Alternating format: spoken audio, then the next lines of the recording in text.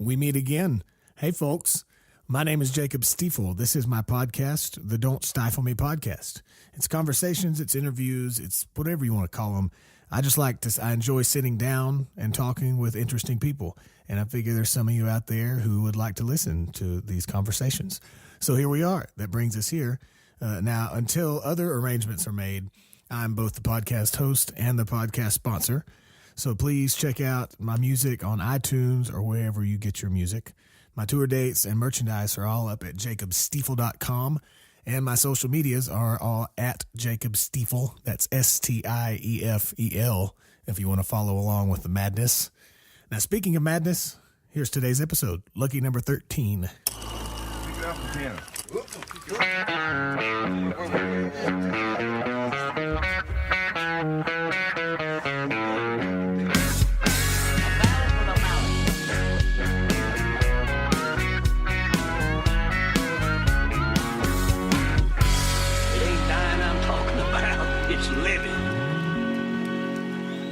Happy Memorial Day week, by the way. Today is Tuesday, May 30th, 2017. I trust you all had your cookouts or your days at the lake or the beach or whatever your celebration of choice this past weekend. I had a great weekend. I played some shows down around Mobile, Alabama with my brother Johnny Hayes and his band, Johnny and the Love Seats. Some good shows. Can't wait to get back down there. But I'm back in Nashville now and getting this out to you folks. Today's episode is kind of a long one, but damn it. You sit down and you talk with a guy like Travis Bettis, and it's just hard to stop talking. We just had a great time. Travis, he's been playing guitar for country singer Lee Brice since 2007, I believe is what he said. And he's born and raised in Texas. Man, he's a killer musician, hunter, fisherman. He's a great guy, and I'm lucky enough to call him a friend. And here we are sitting and talking in the office. My conversation with the one and only Travis Bettis.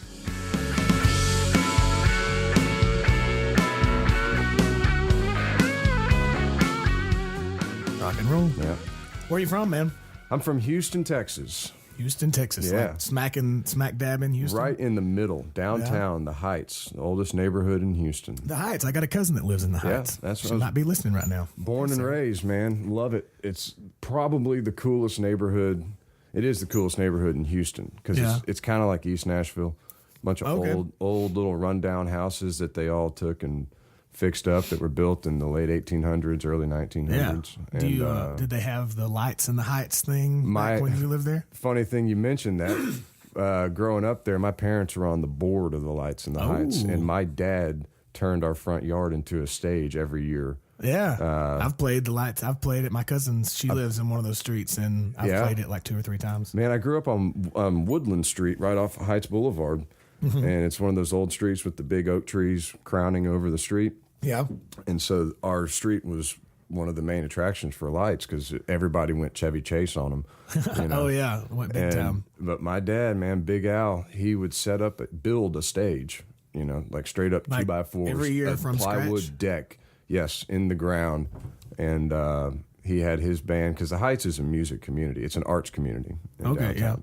You got all your weird freaks and geeks and cool art and coffee shops and bars, and Fitzgerald's one of the most popular clubs in Houston. Yeah. So growing up right there, man, I was around it all the time. And then took a short stint out to West Texas, Dad being in the oil business, moved our family out What there. did he do? He's a landman, kind of oil contracts for geologists and companies. Yeah. But musician as well. Cool. But Guitar? Yeah, guitar player, but I think that he got a real job once I was born. After 3 kids. It's a common tale. Some people just have to do it. We'll all be there one day. I'm holding out. Yeah, right. Yeah, what's a job, huh? So you grew up there, born and raised till when did y'all go to West Texas? Went out in junior high, moved out to West Texas to Midland, Texas. Yeah. It is nothing but a bunch of dirt and good people. Yeah. But moved out there in junior high and kind of learned how to do everything cool. Because growing up in inner city Houston, you play in the yard with your friends or whatever, or go to the movies or something. But not so much outdoors There's stuff. nothing to do in Midland, Texas. So got real big into BMXing and hunting and all that kind of stuff. shooting guns, big playing in the hunter dirt. and fisher and stuff, right? Yeah. Yeah. Was that a family thing, or did you pick that up from other? Definitely a family thing. My dad took me hunting since I was a little kid. Yeah. And I like being outside. So now living in Nashville, I don't think people understand about Nashville is we have so much great stuff in our backyard. Yeah. Between the state parks and all the lakes and fishing and hunting. I mean, if you like to do it, Nashville's a great place. You drive 20 minutes and you're in the middle of nowhere. Right, for sure. And you can get lost. Trust me. I'll get into that later. Yeah, I think Did you hear that story? I think so. We can definitely talk about that. Oh, yeah, we got a lot. When did you start playing guitar or music? Was guitar your first? Yeah, pretty much guitar was it. And I piddle around on banjo and mandolin, that other stuff, but I'm no good at it by any means. I've got a banjo over there that's actually Chance's that he bought with some student loan money in college. Yeah. It's probably been played twice, but it looks great hanging on the wall. Kind of like my degree over there. It looks great hanging on the wall. Man, I've got stuff hanging on the wall that looks good, and I don't know how to use it. Yeah. I got a fiddle over there that goes in that category as well. Yeah. I can kind of play that mandolin, but it's probably in the same category too. Yeah, man. I like your blue suede too. I've got some road cases that have that as the lining. Yeah, that's what it is. It's the same stuff. I got a buddy that works at a case factory. Which company? In Nashville? Yeah, it's over. I know which It's company. in East Nashville. Man, He's probably made the same one because he told me where they get that and material I'm drawing from. a blank on the name now, but it was years ago. That color blue, I know that anywhere I see it because I had these huge amplifiers in these huge road cases. Yeah. When we were on tour years ago, all the amps on stage right up front, so I wanted it to look, because we were the opening band, and I wanted it to look cool. Oh, yeah. So my amplifiers were blue. So I had the road cases, I had the live-in road cases to where you pull the face off, Right. and it was And the all amps blue just in there. velvet. Yeah. Yeah, man. So looking back on that stuff now, it's kind of antique because now I'm running all direct using Kemper profiling amplifiers. Oh, really? Yeah, man. I don't have a single real amp on stage. Ooh. Yeah. How do you feel about that? Man, it took. I was against it for 10 years. You know. Yeah. I don't think I would like it, but I've never done it before, so I used can't to, say that for sure. sit around and talk crap about people that played direct. You know, being a gear geek, I love amplifiers. I love the different tubes between the L84s, 34s, 6L6, 6V6. You know, I love the combinations and the British and American sounds. Right. Stumbled into this whole Kemper profiling amps, and I wouldn't trade it for anything, man. It's the best thing that ever happened to my live playing. Huh. It's amazing. What's the positive? Like, what's the benefit? Everything I do is in ears. Yeah. So it doesn't In-ear matter. monitors. Yeah. For it doesn't, people out there. Yeah. It doesn't matter if we're playing, let's say, a house of blues, a club, or we're playing an arena or a football stadium. I get the exact same sound every single night, no matter what. And it's amps that I profiled. I took my favorite amps home. And I know we're kind of we're taking some big jumps here into gear. We can already, talk, We can talk about whatever we want to. Yeah, It's man. the internet. As No far rules. as it took my favorite amps that I had at home that I've been using for years, and it profiled them, sucked their guts out, and it spits it back out the exact same every single night in true stereo using stereo effects. You'd be really amazed at what a ping pong long trail delay will do when it's actually matched up, because it's a digital processing delay, a Boss Giga DD20, right? Yeah. Well, when it's matched up with a digital amplifier, it does what it's supposed to do, and you can actually really tweak it versus sending a digital delay. And now, unless you're using a tape echo or something, but using a digital delay through a real amp or a couple real amps trying to get that stereo, you have so many variables in between. You have the speaker response, and your left trail may not be as hard as your right trail. And dialing it in digitally, I know, man, it sounds so just sacrilegious for true guitar players, and trust me, I am one. But when it comes down to it, at the end of the day, and you're playing, and you also got to take into account, the show that you're playing. You can only sound so good, I've got 10 guitars on the road, and I used to have 3 amplifiers. I used to play 3 half stacks. Woo. And even in an arena or a football stadium, front of house guy would get on the talkback mic, tell Travis turn down. And eventually it was put Travis's amps underneath the stage. And then I said, well, what the hell am I bringing this cool shit out here for? You know? And it'd be different, like if you were playing, if it was a blues jam. Dude, if I'm doing a club, if I get to go in town or do a little gig with somebody, man, I play a little Champ Amp or a little Fender Pro Junior. Right. Crank that little sucker up and a couple of pedals and a couple of guitars. For sure. Oh, there's nothing better than that. For like a Lee Brice kind of show that's very... Not for lack of a better term, like choreographed. It's organized. Like the sound. Man, organized. It's organized. We're not up there jamming. You know, we don't even. There's no breaks between songs. One song leads into another, and you do the same thing every night. It's a show. Yeah. So it's nice to have gear that's going to sound the exact same. There's a lot of times because of the difference in the rooms and everything. And there's a lot of times we don't get sound checks. You know, we're flying from one gig to another. You know, we flew to Australia the last couple of years and did these shows where you just kind of wire and fire. Yeah. And there's nothing worse, as you know, is doing a backline gig without a sound check. Oh, yeah. Because you get up there you backline an amplifier you've never even heard or seen in your life. You turn it on. You don't know if it works. You don't know who the last guy who had it was. You don't know if there's any bite or if it's soft or hard. And they don't give you any time. So you just get up there, wire, fire, go. So now it's fun to I plug in the Kemper. It comes with I have a Kemper pedal board that's basically 5 amplifiers that are programmed in it, my 5 amps. And I have them from clean on the left to really dirty on the right. And actually, a little shout out to Premier Guitar last week did a rig rundown on us. Oh, cool. Where to save your listeners all this boring crap. There are some people whose mind get is on Premier twisted Guitar. right now. Yeah. Just get on the damn website and look it up. Watch the video. We explain all of it. Yeah, Matt Dyer will go. Yeah, he sent me. He sent me his rig rundown via text message last week, where he showed me his stuff. Totally homemade iPhone video. I really liked it, man. Yeah, you should put it on YouTube.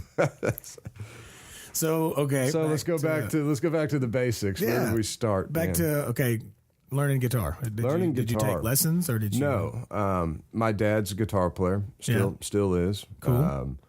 His name is Al Bettis, back in Houston, formerly known as Big Al. Yeah. Did he play a lot when you were growing up? Yeah, he played. He was a professional musician, and being a pro in Texas is way different than being a pro in Nashville, man. I would say it's harder, and I guess everybody has their own stories, but you know, there's music is not knocking at every single door. Did he play for an artist like you do, or did he? No, he wasn't a side man. He was his own guy. Now, in his younger years, he did play guitar and pedal steel for some other country artists around Texas, and rubbed shoulders with all the greats, but. Dad's really a rock and roll blues player. I mean, like the original stuff. You know, the guy's in his late 60s or 60s now. And so... is that the kind of stuff you grew up listening to then? Yes. I grew up listening to Chuck Berry, Albert King, Freddie King, all the Kings. BB, Albert, Freddie, Texas Cannonball. Yeah. Freddie King's my favorite. What was really cool, though, growing up in the Texas circuit was I got to meet a whole lot of other guitar players that my dad was around that aren't famous, the guys that didn't break it.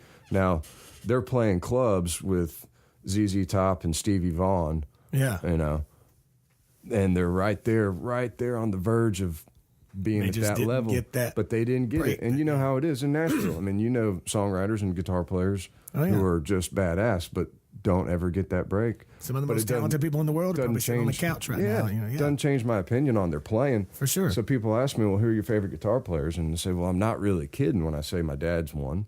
Yeah. Another is a guy named Van Wilkes out of Austin.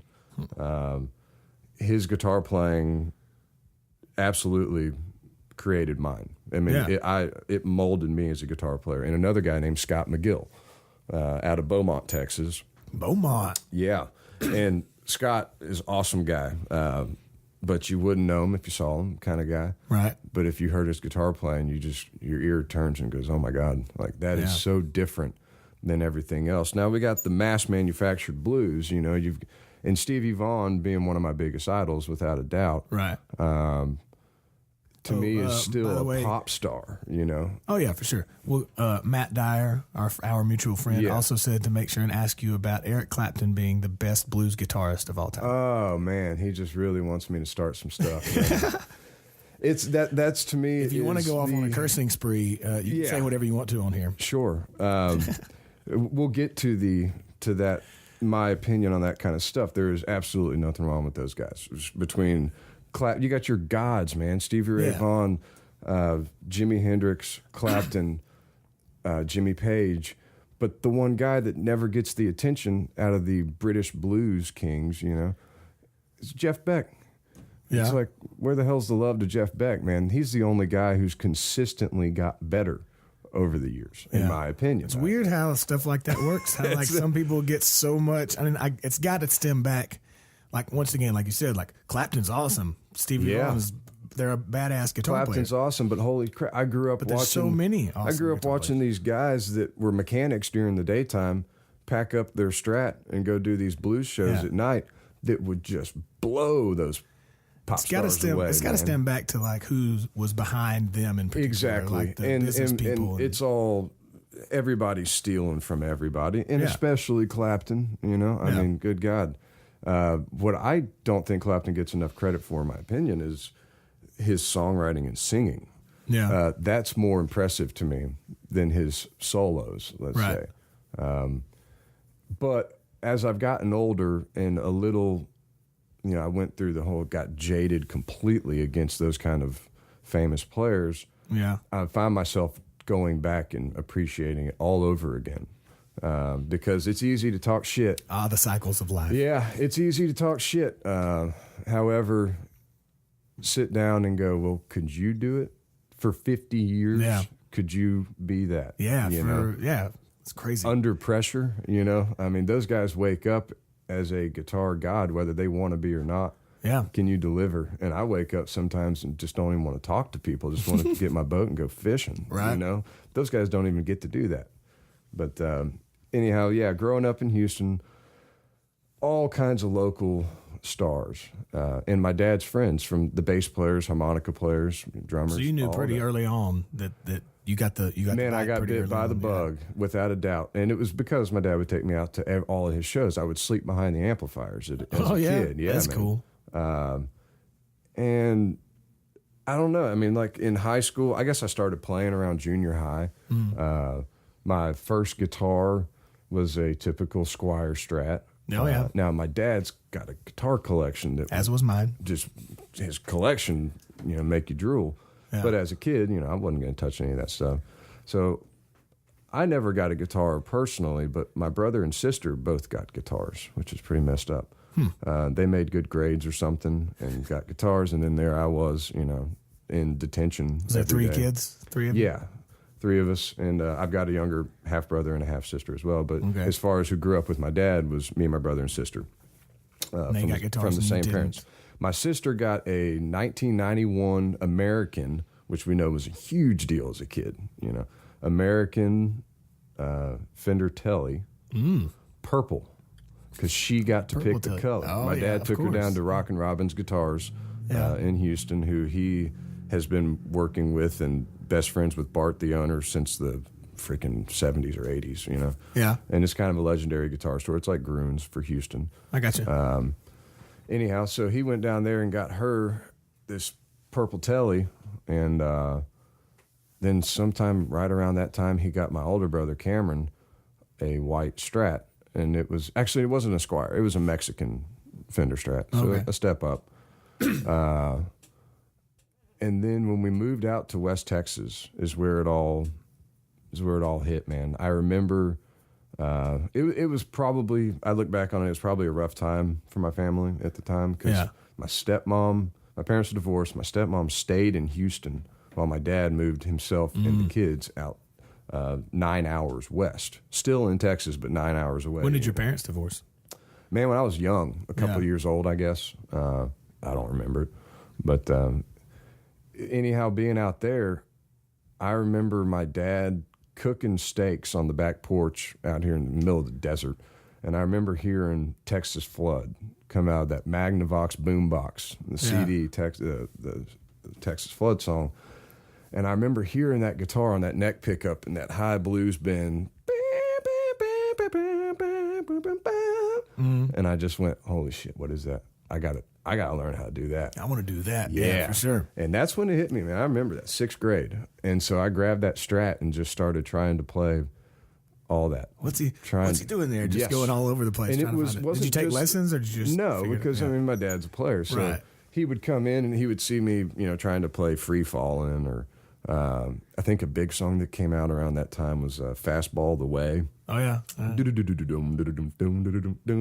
trying to learn that kind of stuff. Yeah, I always just learned solos. I wasn't really interested in the chords. Yeah, man, I would just skip the CD to the solo and was like, I want to learn that. Screw all the chords. I ain't got time for that. We'll get another guitar player. The chords, all that other stuff is just background and filler in between the solos. Well, I mean, the rest of the band is just background. It's all about the solos, And so, anyhow, I started fiddling around with that kind of stuff, and then I think I really didn't get any better for a couple of years. We moved back to Houston and found a family, started over again. Everything's great, living in the Heights, Yeah.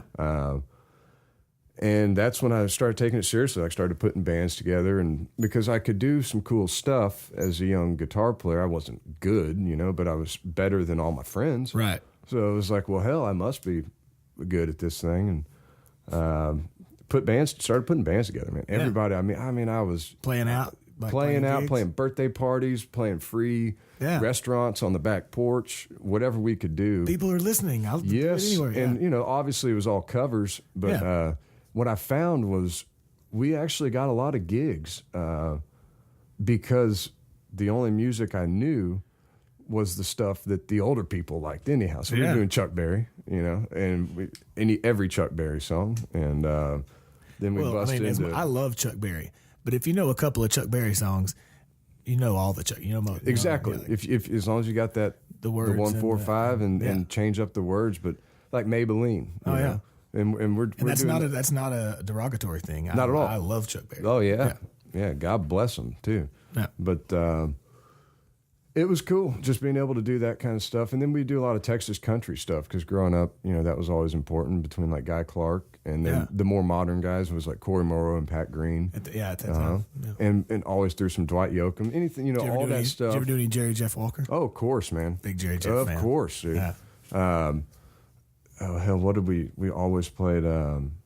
We did Desperado, Waiting on Train. Yeah, that was a good one. And I like a Jaded Lover. So I always wanted Jaded Lover and Up Against the Wall, Redneck. And Redneck Mother, and then a big one, which was kind of cool. Is, my dad played steel and guitar, I believe, for an old guy named Rusty Weir. Yeah, and Rusty Weir, he wrote "Don't It Make You Want to Dance." Oh yeah, don't it make you want to dance? Yeah, sure. Yeah. And that's so awesome. We'd bust that one out, and this is stuff that people, and we're playing a birthday party for 15 and 16-year-olds, our friends, but their parents are the ones paying us, right? So you play with make them happy. We go into that kind of stuff. All the kids are sitting around like, when is he going to play Dave Matthews? And we're just sounds like most shows that I've played in my life. Yeah, I remember like in junior high being like, eat shit. We're playing classic rock and country. Yeah, hell yeah. If you don't like it, get your own band. Yeah, but, go listen to the radio. Man, it was a great time. And, coming up with band names. And I was that kid that was sitting in school with my notepad drawing my next T-shirt logo. Hell yeah. For the Purple Velvet Psychedelic Concrete Pirates of the East Texas Vibe reissued. That was my band name. And we shortened it to PCP, the Purple Concrete Pirates. Yeah. And then realized we weren't allowed to have PCP on our kick drum head. I was about to say, how many drugs did you do at this time? Oh, man, I wasn't there yet. I was still innocent. Yeah, man. Just coming up with those names off the top. Yeah. Wow. And then getting deeper into high school when, so you're doing your high school things, you're sneaking out, smoking weed, and really started listening to more classic Beatles stuff. Like I grew up listening to the bowl cut Beatles and loved that stuff, still do. Started getting into Grateful Dead and Sgt. Pepper's and Beach Boys and the weed stuff. The weed stuff, man. And but living in downtown Houston, like there was always something to go along with that. It wasn't like we were bad kids running around doing bad stuff. Like, we'd get high, then we'd go watch a cool concert or something, like with old people, old hippies, man, and I thank God for that, honestly. Sounds I thank like God you have like the perfect childhood. Yeah, Perfect. I guess sounds great to me. It's anyway. what you make it, man. That's true. That's a fact. Because my brother and sister probably argue with you about it. Well, I'm sure there were issues along the way. And I'm known as the favorite. Like my brother and sister both give me shit all the time. What do they do? You're the favorite. Well, my brother's in the oil business and also real involved in church. Yeah. He's been a missionary, like moved down to Peru and Mexico, took his family. Wow. All that kind of crap. He is awesome. Best dude I've ever met in my life. And don't think he's ever had a drink or smoked in his life either. So we're about as polar opposite as it gets. Yeah. Man. What do they do? It sounds ignorant, but no. What do, like when missionaries move down there, what's he down there doing? He's down there cutting trails in the jungle, from villages to villages, helping their infrastructure, building hospitals, churches. They basically would go down there to these, not even third world, like you cut a trail in a jungle and you may end up getting a spear in your throat by the time when you come into this village of people who may never have seen white people, in the jungles. Because I would figure that the people who are quote unquote missionaries probably run the spectrum of humanity, just like people like there's probably really good missionaries who do that kind of thing and help the infrastructure. And there's probably like the missionaries that just go down there. There's probably some waving their Bibles at people. Yeah, there's corruptness in everything. Yeah. And I guess it really comes down to the individual. And it's something that I never got too deep into with my brother about what he was doing down there. Yeah. But all I know is that that's his passion. And you want to talk about someone who's devoted to it. Yeah. That was it, man. I'm all about it, man. Yeah. Be passionate about something and go after it. And it's so cool to have him in my back pocket anytime I need something or want to talk. I mean, we're a year and a half apart. So it's like... Is he older or younger? He's older and has 3 kids and a wife and a real job. Yeah. And so our lives are polar opposite. Sounds like, my older sister, she's like 2.5 years older. She's married with 2 kids and solid job back home. And my other sister's the same way. She's married with 4. Just had her 4th kid. Ooh. Yeah. That's a lot of kids. She runs a baseball camp in Texas. Her husband's an ex-pro ball player. Okay. And when he got out of the big leagues, he started this huge Field of Dreams. They live on a house on a bunch of baseball fields, and it's called Clutch Athletics. There's your plug. There you go. Outside of Austin and Dripping Springs. But you tell them they can send the check to me, Jacob Stiefel. Yeah, they run a real cool camp down there. But so that's my little family, and that's how I started playing music in the blues jams. Yeah, Dan Electro's Guitar Bar Blues Jams. I've heard of that place, but isn't it still a thing? Yes, it's still a thing. It has been in my blood since I was born. I mean, I've got cassette tapes from 1990 of my dad playing Dan Electro's. He ran the blues jams every Thursday night. Huh. And it was my dad and Terry Green. And it was cutthroat style, man. I've seen a lot of jams around town where it's just like, sign up and you can come play. Yeah. But the way that my dad worked was by playing in Austin his whole life, doing jams in Austin, running the Steamboat Blues and Rock and Roll Jam. They would have guys like Eric Johnson and Stevie and Billy Gibbons, and these guys come in. So if you signed up, there's 20 people on the sign list, but somebody better comes in, your ass got booted down. You know what I mean? Yeah. And if you got up and jammed and you sucked, you didn't get to come back and jam. That's just how it was. I like that. Yes, it was cutthroat. I think that's fantastic. So my dad's running this blues jam in Houston growing up, and he was always pushing, he had that hard fist, just, that guy sucks. Nope, you're not up. Okay, well, the jam starts at 9 o'clock, but we'll get you up at 1 a.m. type thing. Yeah. So when I started coming, he would always let me cut and, up in line, or he would let me jam with him. Yeah. And I remember like freaking out. As long as you didn't suck. Yeah, but I always sucked. and I remember freaking out like the whole day, having anxiety about it. Really? Like sitting there and say, Dad, what songs are we going to play? It's only 3 songs, son, so what do you want to play? And I said, okay, well, I've been learning this one. I know this one and that one. We always do like Going Down, something in E that I can just wank on, But as a 14-year-old kid, that's all you wanted to do is just get up there and turn it up and jam. Great. So that really... I used to dance in my driveway. I would turn on an AC/DC CD and then just turn my little crate amp up as loud as it would go. Yeah. And I'd just dance around the driveway. I bet my neighbors thought I had... What was your first amp? A crate, like... Was it the V 30 series? watt. Man, I don't even know. It had the I remember when I found the distortion button on it. Yeah. I thought it was the greatest thing ever. I thought it sounded just like Angus Young's guitar. Mine was a PV Rage 112 with the distortion button. Little black single 12 solid state amp. Yeah. And then my next amp after that, I thought PV was God. Oh, yeah. Because that was just... That's what you had. That's what I had. And the writing looked like Metallica.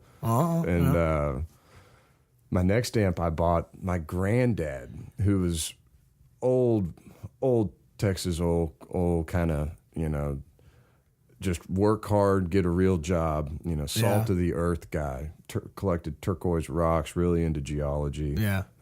Just hard-working American man. Yeah. His name's Papa, Yeah. And his real name is H.M. Bettis.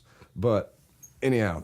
Super That's cool. Texas. Right? He just sounds Texas. Yeah. Oh, welcome. My name's H.M. Bettis. Yeah. Anyhow, and I always remember hearing the struggle of my dad wanting to be a pro musician and them saying, well, that's not a real job, so you got to get a real job. And anyhow, Papa took me to Guitar Center and helped me buy my first real tubed amplifier, which was a PV 212 Deuce. Weighed about 180 pounds and could peel paint. Wow. But when I got that sucker, all 120 pounds of me would pick that thing up. It weighed more than I did take back it anywhere. then. And I took it everywhere, man. Like in my little bedroom, I would just turn it all the way up. And then I discovered a Boss Metal Zone overdrive pedal. Yikes. Knobs right on everything. Oh, man. Knobs right. Everything was turned to the right, and that's when I got into stuff like Eric Johnson and kind of some of the speed stuff that I thought was really cool. Different sounds and stuff.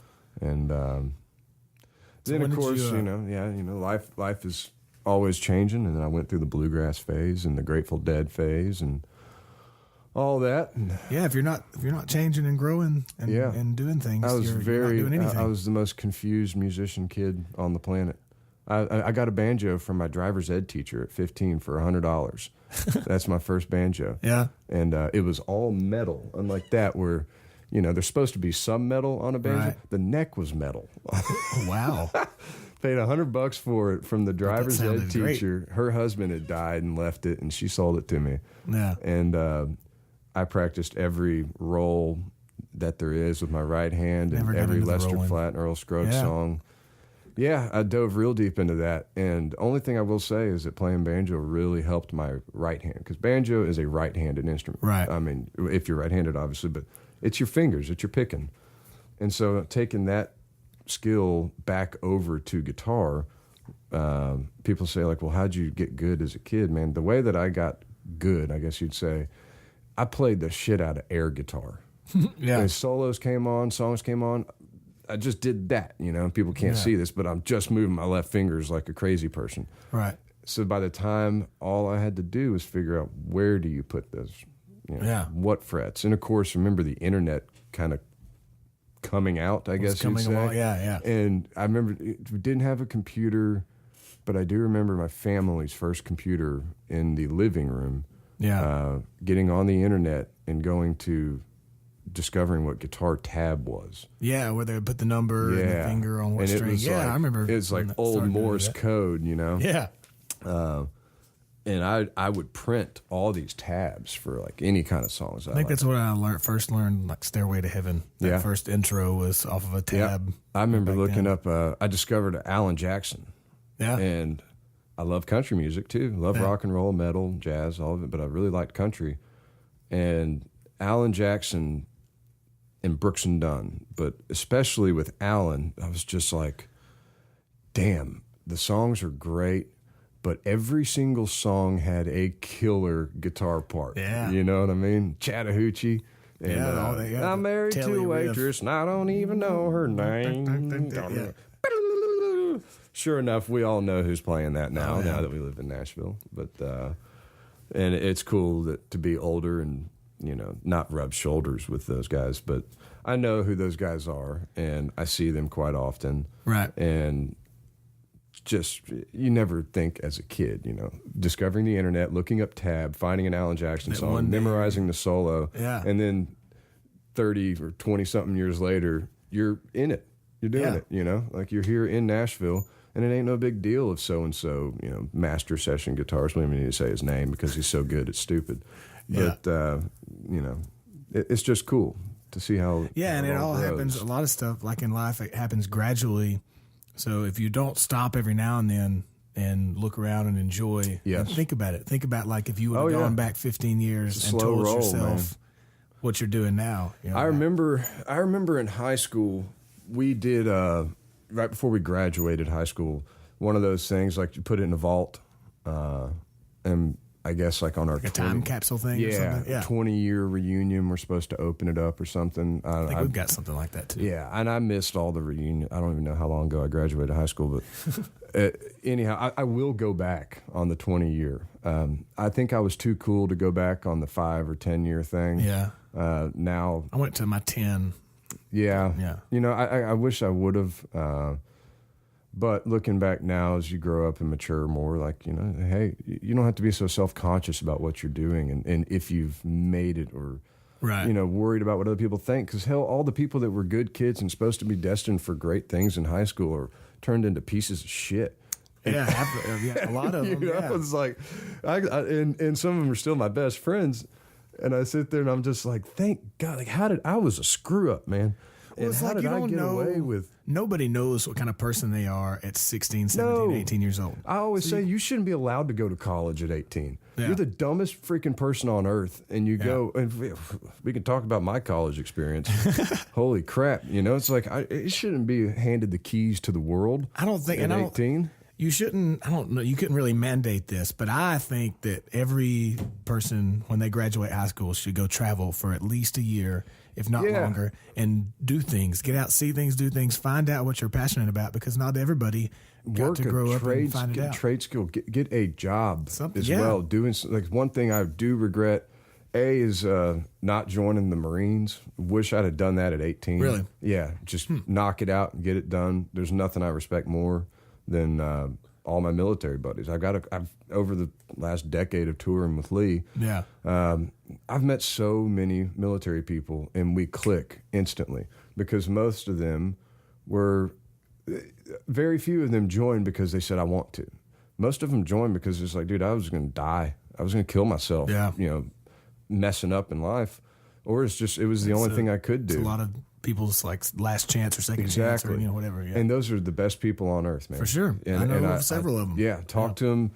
And I just kind of wish that I'd done that. And we don't have to get into political views and all that other bullshit, but I really do wish I had served. We can get into whatever you want, my man. Wish I had served. Other than that, I wish I had, before going to college and just wasting money, I wish that I had gotten some kind of cool job doing something skilled labor, you know what I mean? Welding or construction, Yeah, and there's it's so many weird things how that we those are don't looked know. at by a lot of people as like they're looked at lesser as like, jobs. yeah, or like something. as if blue collar is bad. But man, I'll tell you, I know more rich people that literally graduated high school, started swinging a hammer, and learned how to work tools. Yeah, and worked their way and they're started millionaires now. Because you always got time to get brain smart, but nowadays, and I'm sure you're guilty of it, dude. Something breaks, I get on YouTube and learn how to do it, and I'm sitting here going like, golly, like I'm 31 years old, and if my truck broke down, if that thing doesn't say E on the gas tank, I'm screwed. Yeah. Like, you got to know how to work on this stuff, man. So, like, I find myself, even on the road, God bless the internet, I mean, I sit there and just read and watch videos of how to fix and work on your everyday thing. You know what I mean? It's like, let's say your door fell off this house. It's like, what are you going to do? You're not going to call anybody to come put the door back on. You need to learn how to work just the tools. Yeah, right, for sure. Do it yourself, man. I've told this story a couple times, so I won't go into detail, but our van broke down in New Braunfels a few months ago. And if it wasn't for the internet, it'd probably still be there. Or I would have had to get it towed because it was the starter. I didn't even know where the damn starter was. Yeah, it's that little cylinder thing. Yeah. So I got up underneath the van and crawled around and found it, but I had to watch like 2 or 3 YouTube videos on how to change a starter. Disconnect the battery and test it. Yeah. Yeah, it's amazing. But nowadays as well, I got a newer truck, and to be honest, if it broke down, they're going to plug a damn iPhone into it and tell me what's wrong with it anyhow. So and then hook it up to the computer and restart it. Thank God for Uber and a debit account. Mm-hmm. Yeah. Yeah. So when I have no idea where we were. When did you move to Nashville? Yeah. I moved to Nashville to go to college when I was 18. Okay. What school? Left straight out. Went to Belmont. Yeah. So how long did the college thing last? Here we go. The college thing was a blur. Yeah. But it lasted about 4 semesters. I feel like a lot of people that move to Nashville, there's usually like a 6 to 18 month phase that's very blurry for most everybody. Yeah, you lose your innocence real fast when you move to this town with no guidance, especially. No mentors, no guidance. Coming from just being full of testosterone and willing to do anything, wanting to be a rock star. Yeah. And you're arrogant as hell. So did you do the whole so you could tell your parents you were going to school, move here, but know that you were coming here to do music? Yes. It was a scapegoat. Oh, yeah. Nashville was my scapegoat. Belmont was my scapegoat. Yeah. Got to Belmont and definitely chip on my shoulder. Moving into a dorm with 400 other guitar players who were 18 years old. You instantly start just battling to be the best. And that was probably the greatest thing, was being around a bunch of other guitar players and musicians, period. What I didn't like, was school. Having to go somewhere. And it just didn't want to do it. I just wanted to play. And definitely lost my innocence is one way to put it. Just went off the deep end at Belmont because I'd never been allowed that kind of freedom, to do whatever you want, whenever you want. And you got to be at class at 9 a.m., but you don't have to. Yeah, right. Yeah. Dad's, you don't have to do anything 776 miles away. Nobody's whooping my ass today if I don't go to school. So I practiced that a whole lot. And honestly, like when I was at Belmont, I was either fishing, hunting, or playing gigs or guitar with some other buddies that were older and out of school. So did you know people when you came here? No, I didn't know a single human being. Yeah. Had some distant family up in Hendersonville that were like step cousins. So as far as hunting and fishing, did you just find people who were... Man, I went to this girl's birthday party, who's a fellow student friend, went to her birthday party. She was from Nashville, ended up... some other older songwriters knew her parents, were at the birthday party downtown. And I show up there and just kind of awkward, don't know anybody. So I'm outside having a smoke with this old dude with a gray beard. And just talking with him, he hands me a joint. And I was like, yeah, man, my name's Travis. He said, well, my name's Bobby Carmichael. Well, Bobby is a sweet Santa Claus looking guy. Yeah. Sweetest man on the planet. Just instantly buddied up with him, man. I mean, like a 60-year-old buddying up with an 18-year-old. Yeah. We became best friends. And he ends up being a big hunter from Georgia and a songwriter. He wrote If It Ain't One Thing, It's Another, Randy Travis. Okay. Oh, yeah. And he wrote some other George Strait and Leanne Womack. Okay, I knew cuts. that name sounded familiar, yeah. Yeah, man. And that's a hell of a friend to just instantly met him. And I ended up spending more time with Bobby, who introduced me to a million other songwriters in this town. And that's awesome. Actually, I look back on it, I don't even think about it till we're talking about it, but I do owe him a lot of... Once again, ladies and gentlemen, that is how the world works. Yeah, I owe him a big thanks for really kind of introducing me to this town through the back door while I was sitting there paying and knocking on the front door, doing it the right way. Yeah, the line for the front door is a damn mile and a half long. Go to Belmont and then be an intern somewhere and try to get in. It's like, fuck all that, man. I went straight in the back door. And then through Bobby, I met other producers, songwriters, business guys. I was deer hunting every day practically during deer season. And if it wasn't deer season, we were doing something else outside out at Bobby's friend's farm in Franklin, whose name's Joe Scaife. Joe Scaife produced Anky Breaky Heart, Billy Ray Cyrus. I mean, he's an old school producer. Well, you just jumped right in, yeah. And at the time, Joe Scaife, and we're talking 2004, Joe Scaife was producing Gretchen Wilson. Oh, okay. If you remember, in 2004, Gretchen Wilson was as famous as Garth Brooks. Was that that was Redneck Woman? That was right that time. Yeah, Homewrecker. That record came out. Yeah. And that was huge, man. I mean, I wonder did she just like make a bunch of money and then pull out? You know what's funny is I saw her 3 days ago. Really? Yeah. We played with Hank Jr. a few days ago. Okay. And she was out with Hank Jr. So she's singing? She touring and stuff? Yeah, I guess. You know, I can't really speak for Gretchen. I don't know her personally or her business, but she's still out there doing it. I'll tell you what, she sang her ass off. Really? No joke, man. I've never seen her. Me and my drummer and bus driver went out. We opened up for Hank. So as soon as Hank's done, we all, went out to front of house to watch. I mean, as soon as we're done, we went out to front of house to watch Hank. Yeah. And I've seen Hank a few times. How's he doing now? Hank is either you just take the steering wheel and throw it out the window. You don't know what the hell's going to happen. Yeah. I'm pretty sure he's been like that for decades. I'm supposed to have Cowboy Eddie Long. Oh, no, Cowboy, yeah, man. He's supposed to be coming in sometime. Well, he's going to have the stories for a million years. I toured with Cowboy on the Willie Nelson, Jamie Johnson tour. Oh, yeah, for sure. Yeah, he was with Jamie. Yeah, he was out with Jamie. And God, what an awesome dude and a freak of a pedal steel player. Yeah, I've talked to him several times in the last couple of weeks.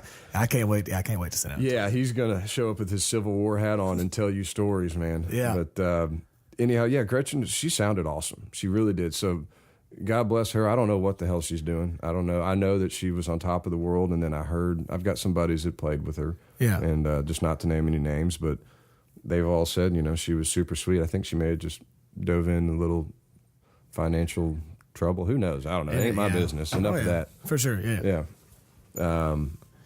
But yeah, going to Belmont, and then her producer or whatever, yeah. Yeah, I just met a whole lot of people in the industry, and I don't want to name names because some of them weren't good people. I was around people that were those known. people too. I was around people that were known as good people, and I'm talking like in the Christian world and all kinds of stuff. So it just really hit me hard to grow up idolizing some of these people and become friends with some of them, but at the same time find out how much douchebags and backstabbers some of these people are here. And so I kind of went through that typical phase, Dewey Cox, it's like, went through the whole phase, and I said, I'm going back to Texas, man. I'm going to go back. And I think I packed all my stuff, or I flew home off of a bender one day or something. Yeah. Skipped finals and flew back to Austin to go jam and hang out with some buddies, and then came back to Nashville, came back to Belmont, and my keys didn't fit my lock of my apartment, my on-campus apartment. Huh. And this is where it all went downhill real fast. Yeah. I went down to the RA office and said, my key doesn't work. And he said, are you Travis? And I said, yeah. And he shut the door and said, well, we got bigger issues, buddy. Long story short, my roommate had a bong behind the couch. Air conditioner guy comes in. We're living on campus. Oh, yeah. AC guy comes in, moves the couch, changes the filter, finds the bong. You sign away your rights as a student living on campus, has the right to search. The guy reported? Reported. Oh, what an asshole. Yeah, but Belmont was pretty strict at that time. Right. Anyhow, they searched the whole apartment while I was gone and found... More things? Yeah. They found more things. We'll put it like that. But I got in trouble for having guns on school campus. I didn't think it was a big deal. I had a 12 gauge, 30-06, 270, 22, 357, 45. Not a big deal to either of us. But to some people, I could see where they were being frightened. So they kind of gave me the option of, why don't you just accept that you no longer go here, and we'll not charge you with anything, not take you to jail. Yeah. So anyhow, that was cool. To me, it was almost a sigh of relief. Yeah. I was like, finally, this shit's over. Now I'm being forced to actually play music for a living. Now they're Because I called throwing my me old in the man, water. Yeah. called Big Al and said, hey, man, you're going to kill me. So I'm not coming back to Texas because you're going to kill me. Yeah. But I got expelled from Belmont, the university. Did you explain why? Yes, I told him why. He was pissed at first at Belmont. He was like, I said, I can't believe, Texas, and it's my guns, Yeah. But I should have been smarter. Anyhow, so I got booted from Belmont and instantly said, I'm not leaving Nashville. I'm gonna stay here. Just find an apartment Broke somewhere. as hell. Yeah. No, I didn't even find an apartment. Let's see, what did I do? As soon as I was out, I think I couch surfed with just some of those guys that I talked about earlier that I had met in the business. And one thing led to another. I was working at a warehouse on Murfreesboro Road with another guy that was helping take care of me, who had a studio. Yeah. And the studio is in Berry Hill. Back then, now this is not a long time ago, but this is still the early 2000s. Okay, yeah. And Berry Hill hadn't really blown up like it is now, it was man. just a neighborhood area. Yeah. So I lived for years, or a couple of years at least. I lived on a tiny ass little twin bed in the back of a studio in Berry Hill. Yeah. And I played sessions for my rent from this dude whose name's Don Sullivan. Haven't seen him. Setup. Haven't seen him in a long time, but owe him a whole lot of thanks as well. Yeah. And that led to this girl coming in to do a record. She wanted to do a blues record. Her name is Megan Lindsay. You've probably seen her on The Voice last year. She was in a duo called Steel Magnolia. Okay. Yeah. Anyhow, this is before all that stuff. This is years ago. Yeah. She come in to do a blues record. I played guitar on it, and the drummer who was on it was big black guy named Tony Coleman, larger than life character. He's still around. Yeah. Tony was B.B. King's drummer for 30 years. Wow. Very nice. He played with Albert King, played with Bobby Blue Bland. Yeah. He played with everybody, blues, and he knows everybody. So you had a field day talking. Yeah, with him. Tony's best friends with Willie Nelson and Waylon type of guy. Yeah, because everybody knows them all. Everybody wanted to be friends with B.B. King. Yeah, especially in the 70s and 80s. So Willie Nelson and B.B. were always really tight. So Tony, being this big black guy, he wanted to be a redneck his whole life. Yeah. And he always said that. And so we became best friends. And he asked me if I wanted to be the guitar player in his band. He's running B.B. King's down on 2nd Avenue. Okay, the cafe. What is it called? B.B. King's Blues Club. Yeah. And it's 7 nights a week, music. So this is where I cut my teeth in Nashville, was playing. House band? I was the only white guy playing lead guitar in a 9-piece black band, horn section, piano player, and B3 player. 2 drummers. I can feel it right now. Yeah. I mean, killer band, dude. You can look it up, YouTube, Tony Coleman and the B.B. King House Rockers. Okay. If you YouTube that, you'll see me in a tuxedo with a white top hat and a white Gibson Firebird. I'm writing that down now. You'll see me up there with all a bunch of black guys, and here I am, this little Tony Coleman? Tony Coleman and the B.B. King House Rockers. And this is old, man. And my hair's down to my waist, and I got this top hat on, and I'm playing. Man, I thought I was black. It was funny, as I was living in Nashville, and I didn't know a single thing at that point about country music. I wasn't really interested in it because growing up, I was playing blues. And so to meet Tony, it was like, man, you're like right there with some of those. You played with all the blues gods, Yeah. So you were like, I've made it. This is it. And I'm playing 5 nights a week down at B.B. King's. And I got a job. I was getting almost I was about to say, if you don't mind, what did that? I was getting almost $500 a week to play. Yeah. So at like 20. Yeah, not even 21. Hell yeah. And dude, I mean, that was on top of the world. That was more damn money than I'd ever made. And I'm living for free in Berry Hill. Still doing this, Still doing the studio stuff during the day. Killing it. So instantly, I'm the richest person in America in my mind, and I'm a rock star. I'm playing blues. I'm like, literally. Anyhow, but B.B. King's became really cool, and got to do all kinds of stuff. Got to hang with B.B. He would come in several times a year. That's awesome. And it was really cool day that I got to walk backstage, and my parents had flown up to Nashville. I walked backstage and said, "Hey, BB, this is my dad, Big Al." And BB King stood up and shook my dad's hand. And got goosebumps. Yeah, that's my cool. dad, I've got the photo. My dad was just like, well, that was pretty damn cool. Was BB nice, cool guy? Sweetest guy in the world. Yeah. Told me don't do drugs. Yeah. That's what he told me to do. He said the only doctor that he goes to is Dr. Viagra. And oh, that's hilarious. yeah, man, that was a special time in life, and it really shaped the work ethic. Tony ran that house band, military style. We rehearsed all the time in the dungeon below BB King's in the basement. Like during the day or something? During the day. Yeah. He cussed me. He was he was probably my best friend at the time, especially. And I still talk to him all the time. Love the guy. He went out with Jamie Johnson last year. Oh, cool. As his percussionist. Anyhow, Tony cussed me out on a microphone in a basement. For screwing up or something? Yeah, sitting 3 feet away from me. Cussed me out over a microphone that was being broadcast out to 2nd Avenue as well. Really? Oh, yeah. Wow. I mean, every word in the book. He talked about my family. He called me big white pussy. Yeah. You know, he told me, he said, "You want to sing a song?" I said, "Yeah, man."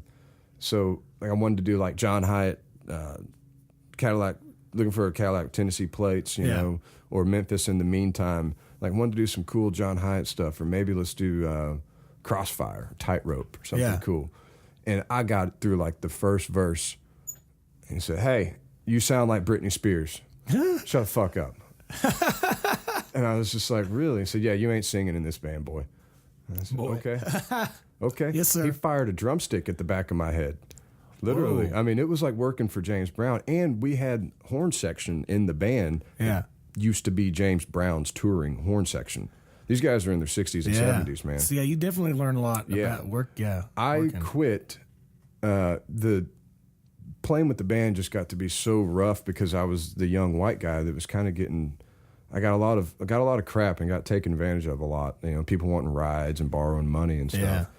And our singer, I won't name names, and this guy, you know, he's probably dead in the alley now, but they would smoke crack on set breaks. Really? So I'm talking old school hard asses, man. Yeah. So multiple of them? No, the one I know was the singer. Yeah.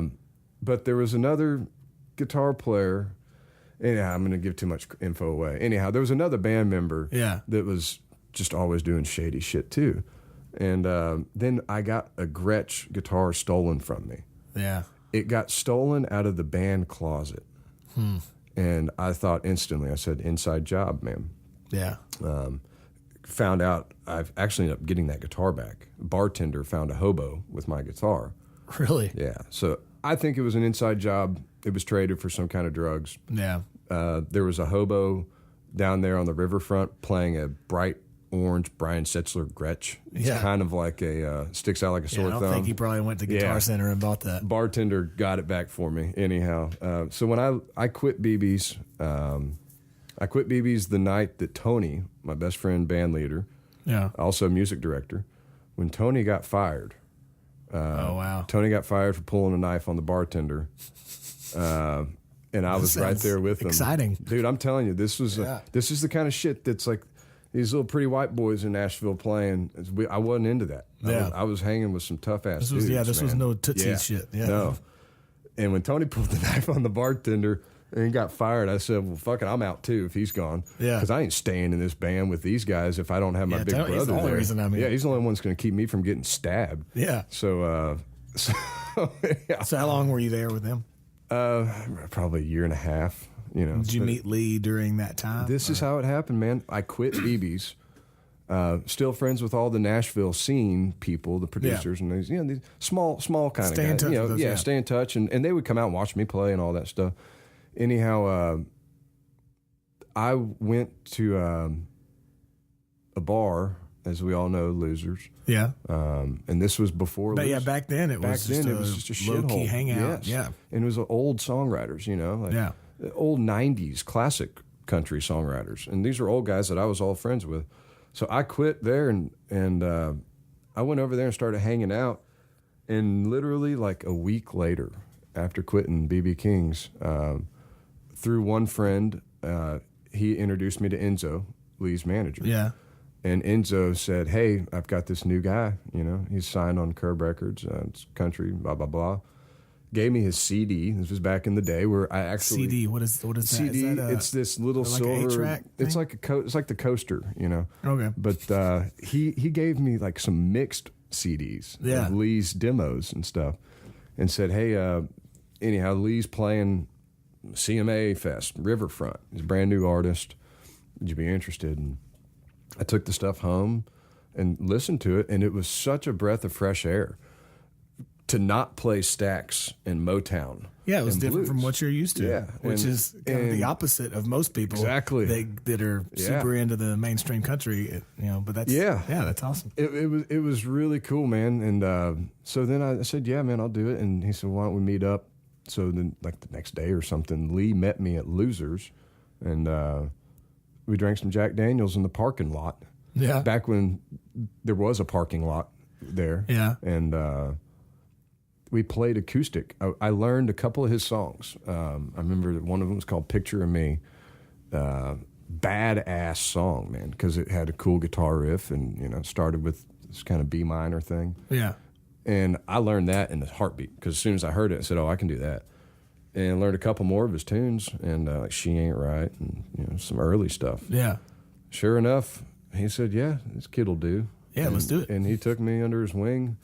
Although he didn't really have a wing at that time either. He was 20. Right. Lee was 27. So that was around like what, 07? I joined in 07. Yeah, I moved here in 09. I had Lewis in a few weeks I heard ago. I listened to that podcast and heard the story. Yeah, right on. Yeah, and so I met Lee. Just so you know, I'm a podcast addict. That's why I was excited about this. Hell yeah, me too. And not Every only day. to see you, because me and Jacob, for the listeners, we actually do go pretty way back. Yeah, I don't even remember. I don't remember how I met you. I don't remember how I met you either, but yeah, years, I just remember it said long hair, guitar player, SG, cool, let's hang. Let's do it. Yeah, well, I mean, we look like we could be brothers at some point in life. Yeah, you walk in, you got my glasses on. No, these are my, dude, look at these glasses. I've had these for almost 6 years. Oh, yeah? Original lenses, only pair of glasses I own. Really? And I keep saying that because I know that one day before the show, these are going to break and I'm going to be absolutely screwed. Yeah, I just bought, these are brand new glasses. I went to the eye doctor a couple weeks ago for the first time in a couple of years. I want new ones. I just don't have the patience to do the eye test and then wait around for a week or two to get glasses. So yeah. But I'll hook you up with, I got an online website that's pretty quick and cheap. Okay. For glasses. Yeah, well, we won't give them the plug right now. We'll talk about that off air. They have to give me some money. Yeah, give me some damn money. Yeah. So anyhow, left all that, joined up with Lee. That was in this year's CMA Fest will be my 10-year anniversary of playing guitar for Lee. Yeah. Are you the veteran member of the group? There's actually 3 of us that all joined 1, 2, 3 month in a row. Our percussionist used to be our drummer, who moved from drums over to percussion. Lee's music got a whole lot bigger and more detailed. We actually needed a percussionist. Yeah. And Michael Gray was our drummer. We got Donnie Marple on drums now, the freak from West Virginia. So we moved up Michael over to percussion. Michael joined a month before me. Then I joined. And then 4th of July, Reggie, I think you've met. Reggie's our B3 player. Yeah. And he joined 4th of July. So all 3 of us have been there 10 years. Now, the rest of the band is still pretty old. Yeah. I think our bass player is 8 years in. The rest of them are a couple of years in. Well, that says to me, as a musician, that says a lot about Lee. I don't know him. I've met hung out with him a few times. But that says a lot because, I mean, if guys are sticking around for that long, man, they don't work for assholes for that long. Exactly. At some point, usually you'll quit. Yeah, and it's just like any other relationship. You're on the road. I see Lee every day, and for 10 years, it's the longest relationship. I mean, that's more than most people are married for. Yeah, and for sure. And I see him as much as most husbands see their wives. Yeah, but it's just been a organic thing from day one, and I'm sure it's not all been sunshine and roses. Hell no. Yeah. I mean, of course, there has been fights and all kinds of stuff, but it's just like you stick a bunch of dudes on an aluminum tube and send them around the world for 10 years. Day and night together, yeah. And then, of course, you got everything, man. You got finances and you've got song. Like I still, even though I am a sideman for Lee, I still have an opinion that matters to Lee about his music, because it is his music, but it's also our music. I mean, we're up there. We've devoted our lives to it, and you got to listen to the band as well. And Lee is very, very good at that. He takes our opinion before anybody else's, honestly, and we work it out. What he says goes. Don't get me wrong. Right. I mean, what he says does go. And Lee, the good thing about working with Lee is Lee's not your manufactured douchebag artist that comes out and they get a number one in the first release. You know, like Lee had to release song after song after song to finally get a number one. Yeah. And I remember I used to watch the country charts and actually give a shit about what was on the country charts. Yeah. After 5 or 6 number ones, it's like I don't care anymore. We're not running that rat race anymore. Right. Right now, we're focused on our live shows, organic, smooth, good, entertaining. It's more than just playing songs. You got to entertain those people. For sure. How do the lights look? How long did we play tonight? It's a show. Yeah. Yes. Can we change the intro? Can we let's take this verse out? Hey, let's not do this cover song. I think coming up, you should start wearing the tuxedo and top hat like you did at BB King's. Well, funny thing is, I've worn, it's not a top hat and it's not a fedora. It's more like a gambler hat. Okay. Kind of like Matt stole my style. He took that hat he's wearing. He straight up took that from me. Yeah. And if he says he didn't, then he can eat shit because he did. That like leathery, not leather. Well, mine's not leather. Yeah. I'm not that exotic. My dad gave me my hat. It's a bluesman hat. You know what I mean? Yeah. My dad gave me my hat 6 years ago for Christmas. It's a Dobbs Steve Harvey beaver skin hat. Ooh, beaver skin. I have worn that hat on stage every single show for 6 years. Really? That hat has its own road case. It's a good hat. When I fly, my hat has a road case that gets checked. So there you go. Yeah. Yeah, man. I mean, funny thing is I still, and to be honest, I feel awkward if I don't have a hat on stage. Number one, some of these places we play are huge, and you got these spotlights that are a gazillion candle watts. Man, they smack you in the eyeball with 3 of those spotlights at one time. You can't see anything. You can't see. And you look down at your guitar neck and you're seeing dots, And especially I'm wearing glasses, so I have all kinds of reflections glares and stuff. Glares. And so wearing a kind of Western style, bigger brimmed hat, there's a purpose. Actually resourceful, yeah.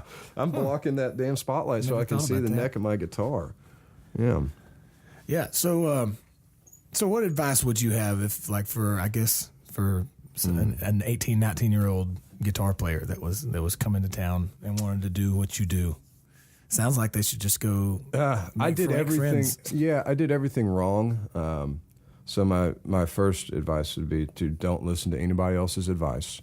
I like that. I didn't listen to anybody's advice. Yeah. I literally did the opposite, and it worked out. I got a lot of buddies that followed the advice and stayed in school and graduated and are, sorry, but 12, 13, 14 years later are still working. Probably still in debt from college. In debt from college and are working jobs that you didn't need to go to that college for. Yeah. So yeah, don't take anyone's advice. Would pretty much be it, man. And I know that getting out, and I was a lot better at it at 18, 19, when I still cared about like that dream, have to get that goal. Yeah. I was better at getting out. Now getting out and networking and stuff. Oh yeah. Now it's much easier during that time period than now, for sure. And like when you can recover after a full night, that kind of stuff. Yeah, go do it. Be safe, but yeah, go do it. Experiment. Go mess up. Go literally fuck up as much as you can, but don't be stupid. Don't go to jail. Yeah. Don't do that kind of stuff. Make mistakes. Learn from them. Make mistakes and join. John Bollinger, a band member of mine, has a great theory. He never says no. So he's like, if somebody asks you to play, dude, I did so many shit gigs before actually settling in a good gig. Yeah. I played every kind of music, anywhere, anytime, for any amount of money. And that was it. And by doing that, I still run into old friends that I did some shit gigs with. For sure. And I'm talking 10, 15 years later, it's great because it's like, hey, remember that time we were doing this, that, and that? And now, like, one of my best friends who was in my band, Dan Elector's guitar band, when I'm talking like way back in the day, back in Texas, I had a banjo player in my band who played electric banjo through a twin reverb with a tube screamer.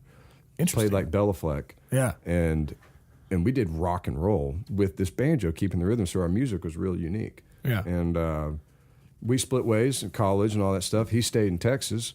I literally didn't see him for a decade until a few years ago. We started seeing this band on the bill, like playing arenas and stuff. This band was opening up for us, the Josh Abbott Band out of Texas. Oh, yeah. Well, that banjo player in Josh Abbott Band is Austin Davis, who was one of my band members when I was 18, 19 years old in Texas. Small world. And we split ways. He went to Texas Tech University and graduated and started that Josh Abbott Band. Yeah. Got in with that. And I went up to Nashville and joined Lee. And now we see each other every bit of 4 or 5 times a year, crossing paths, sharing festivals together. And every time, man, we can sit down and have a beer and talk about, I mean, you want to talk about stories. Yeah. We start telling stories that it just goes on forever. But old war stories. We were talking earlier about the Willie Nelson tour. I would like to hear about. Did you get to meet Willie? Yes, tell me several times. I mean, I was on tour with him. Yeah, I can't tell you that whole Some much. of those guys. I can't tell you that much about Willie, to be honest with you. I mean, I never smoked weed with Willie. Yeah. Everybody wants to know that.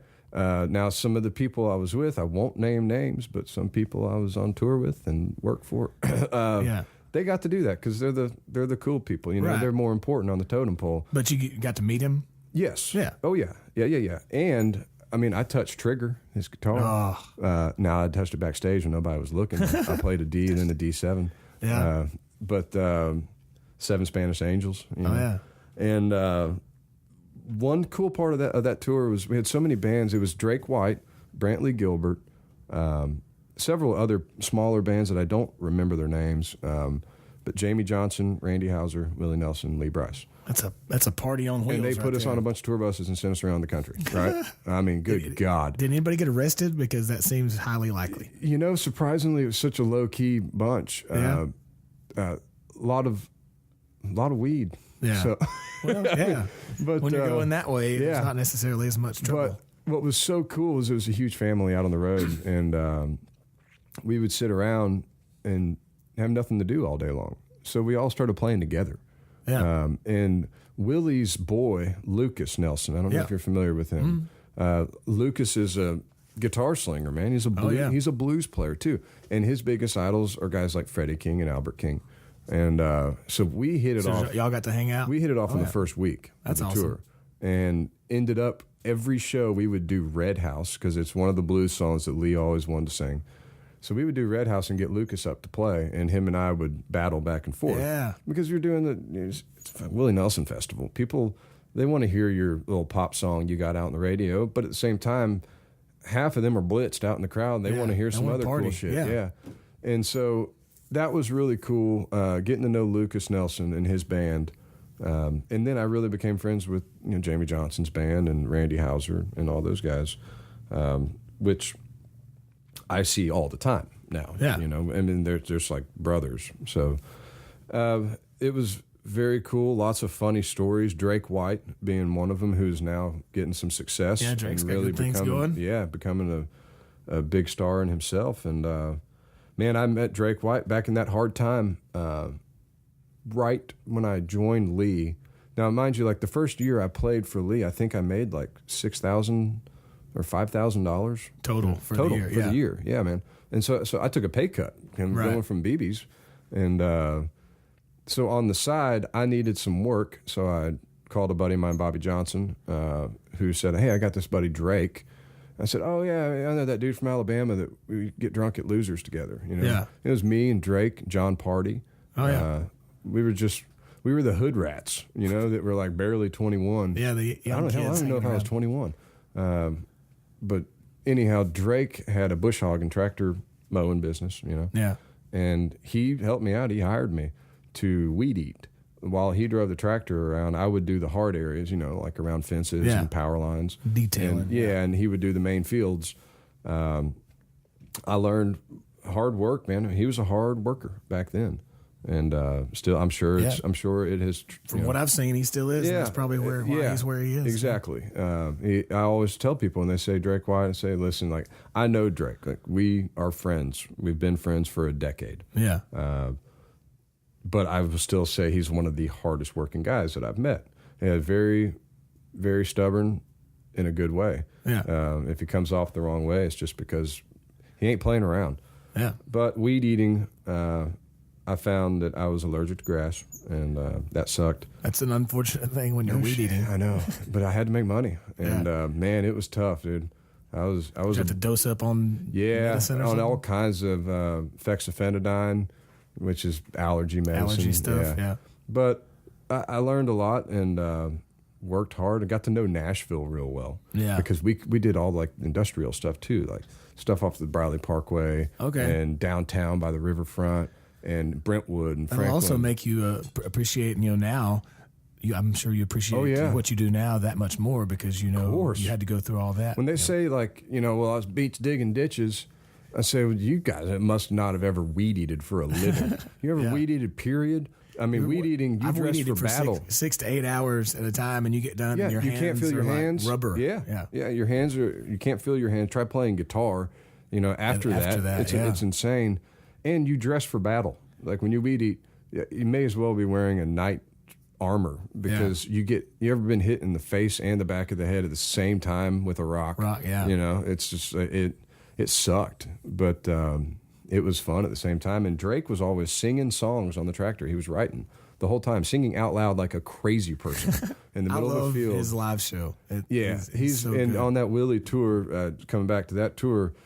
He was the barbecue band. He played first in the afternoon and played last at night and cooked barbecue. Yeah. And he played first every day, like at noon. People sleeping in their tents. He would start stomping and screaming, "You guys don't know who the hell I am, but you better listen." Was it acoustic? Would he do it acoustic or was? No, he had I think he had like a 3-piece band out on that thing. I think it was acoustic and cajon, and then eventually, we all became buddies. And B. Spears. Passed away a few years ago, but he was Willie Nelson's bass player for a long, long time. And some other Willie band guys, they just jumped up and joined Drake half the time because they liked him. Yeah. And it was that kind of tour where it was like I played with them. I played with Lucas. We just did whatever. Yeah, that's great. Willie would get everybody up at the end of the night to do Circle Be Unbroken, and I'm sitting there playing guitar. I'm sure it wasn't even on. But I was still on stage playing guitar with Willie Nelson. Have you ever done that? No, don't think so. I have not. It's like that kind of mentality. Yeah, it was like, I may not be even on, but I'm still here. This is cool. And then you get older and you look back and it's like, man, I'm glad I did it. Would I do it again? Probably not. Go through because it was tough. And we were all, it was a tough tour. There was a lot of days of hungry and thirsty. It was literally a tough-ass tour. Yeah. But would I do it again? No. Do I take it back? No. I'm glad I did it. Yeah. But there's a lot of things in life. You wouldn't want to go back through it. I look back on it. No, I don't know how I'm alive. I don't know how I never went to jail. Yeah. I wouldn't change any of it. There are some things in my past I would change for damn sure. But as far as my music career has gone, no, I wouldn't because I'm really fortunate to just be still in Nashville doing it. Yeah, for sure. So, I was reading earlier online about you. I did a little Travis Bettis Googling. You can't believe any of that shit. According to, and I'm quoting from Cleveland.com, somebody that did a story in Cleveland, Ohio. They were reviewing your show there in November of 2013. And this guy referred to you as, let me read this here. Uh-oh. Bears a striking resemblance to a tall Johnny Depp. Oh, man. I don't know about this. How much did you pay that guy to write that and put that out? I know exactly what you are talking about.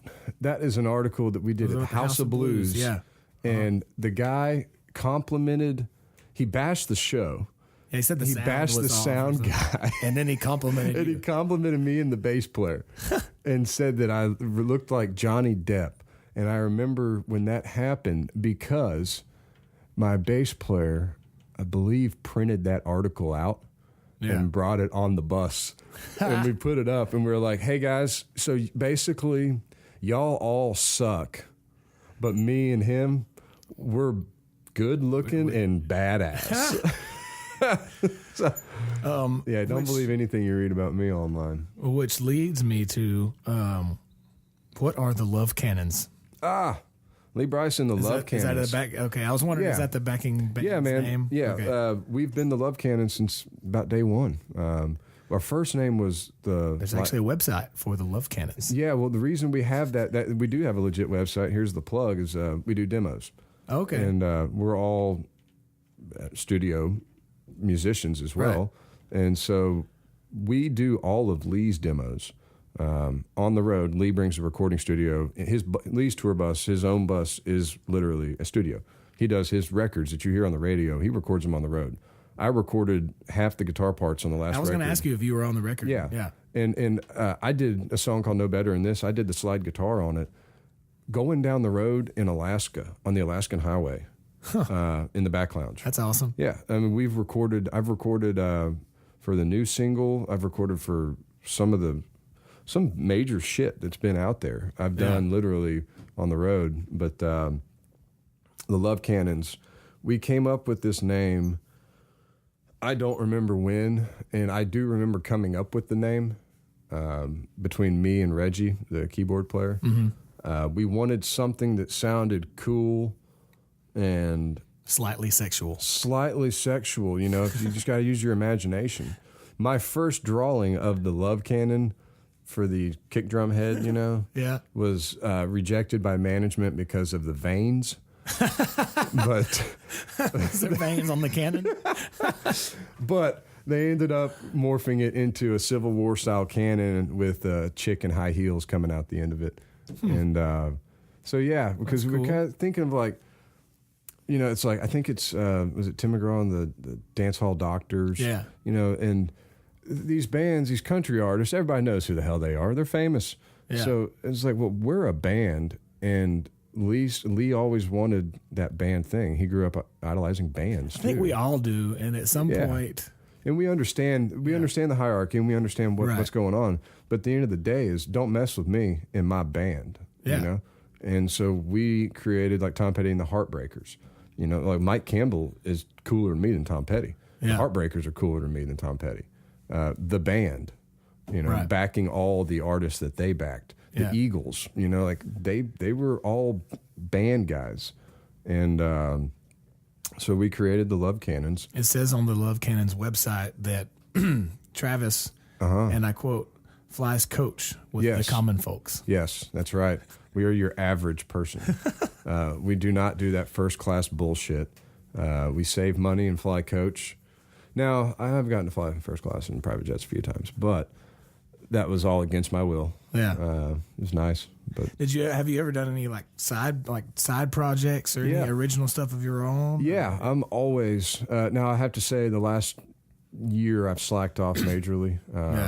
A lot of you just go through times, man. You go through ups and downs of I feel like you're landlording now, and I just moved to another house and I'm landlording, and that takes up all your life. But I've had my own band in the Love Cannons. Between me, the bass player, and drummer, we have a side project called Bastard Hammer. Okay. And it is 3-piece heavy rock and roll instrumentals. I feel like you should start a side business of naming bands. Like if somebody wants to start a band and they need to come up with a name, because you've had some good ones. Yeah, man. Hey, one of my old bands was Too Tall and the Guilty lineup. That was that's a good one. That was a band that was probably that was all original stuff, and I was singing and had a bass player, drummer, and that banjo player. Yeah. That's probably my favorite band I was ever in, because it was scary. You know what I mean? Like, we were writing the songs, I was singing. Yeah. So I was up front, and it's a thing. I was taking the load on, man, and we were touring in my pickup truck and a 5x8 trailer, and that was cool. You know, I didn't go anywhere. Yeah. But hell, we rocked out some clubs. I mean, there's some sororities in so Texas that was all that while we play. during the That was during the Two-Tone, the Guilty lineup was post Belmont, or no, it was Belmont. Okay. Into BB King's. Gotcha. Yeah. Still doing it while at BB King's too when I could. Yeah. But I mean, that was a whole nother chapter. Any like future goals as far as, you're just going to be with Lee until Lee hangs it up? Man, that's such a tough question that I think every single day. I mean, that is the magic question for a 10-year veteran of touring. That's a question that we ask each other in the band in privacy. Like, what do you think in this and that? There is no answer to that because it's all dictated by what happens with Lee's career. Yeah. And life. Yeah. Lee wants me around, I'll be around. Can I physically tour like I am now? I don't know. I've got 2 band members that are in their 50s. Well, hell, if they can do it, then I can do it. And that's 20-something years away from me. Right. So it's like, who knows, man? I mean, do you look at being a sideman as a negative thing to yourself? Well, I mean, you got to sit back and think, I don't know. Is this like, do I want something more? I see Lee working his ass off in the spotlight, never sleeping, leaving his family, Yeah. And I think, well, I don't know if I necessarily want to take on that. Honestly, playing live shows is great. Touring is great. If we could tour less, I'd be happy with it. Yeah. Just like any other freaking normal human being. Anybody that tells you different is full of shit. Yeah. Or doesn't like to be home. Right. And the difference is, it's great to tour and to have fun and play shows, but unless you dislike your home, exactly. Then and I like my home. Yeah. And I've had a girlfriend of many years now. Stevie Steves is in a band called Lover Town. Yeah. Right. Check them out. And check out Town. They're kicking ass, man. And I'm watching her develop as a writer and artist. Her songwriting is incredible between her and John. And they really are popping out hits every week.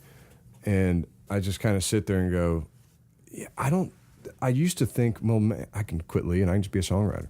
I'm like, well, no, you can't, man. I mean, you got to work at that every single day. Now, I can be a songwriter, but I can guarantee you that I may think my songs are good, but they're not going to be good. I mean, I have heard every single type of song that you could imagine because Lee pops them out every week. My girlfriend pops them out every week. I do demos for other people. I hear shit, and then I hear really good. Yeah. And then I hear shit that ends up being a number one. And I'm going, that was pure shit, but it's number one because of politics. Yeah. Any song is a number one song as long as the radio station freaking plays it enough times. It's a number one song. That's it. I am not sold on that's a hit song. Mm-hmm. Now, there are awful songs, and I've written most of them, but there are also some good ones. So, yes, I would love to write more and be home and work as a session player. But then again, I don't want to ruin something that's fun to me. Yeah. Like traveling. I've already ruined traveling for me. Like, because now it's I get 2-week vacation. My ass ain't leaving. Like, I'm taking my boat to Percy Priest Lake and going fishing, or me and my bus driver best friend are going to go down to Alabama and deer hunt, or I'm going to go to Lee's farm and dove hunt.